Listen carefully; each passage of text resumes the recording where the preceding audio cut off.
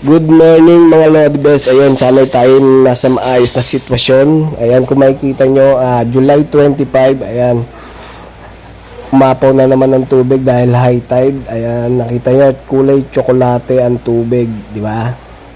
Ayan, parang 3-in-1 na kape ang tubig kasi galing, ano yan bundok, na tubig sa bundok at dagat.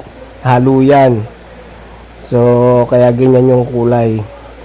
Ayan, sa loob ng gate namin, ayan, pumasok na rin. Pero mga lampas bukong-bukong yan. Pero dun sa labas, kapag bumaba ka dun sa labas ng gate namin, hanggang, ano yan, lampas hita or malapit na sa betlog. Joke lang mga Lodibes. Siguro hanggang hita lang naman.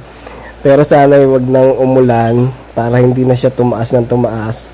Pero sabi naman nila mga alas 11 ng tanghali bababa na raw yung tubig na yan. So sana nga para hindi na tumaas at hindi na kami pasukin ng tubig, di ba? Ayan, di ba? Kulay tsokolate, nagcho-tsokolate. Ayun, ingat tayo mga Lodibes, laging tandaan, tingin sa taas, kaya natin to. Peace! Ingat mga Lodibes, bye!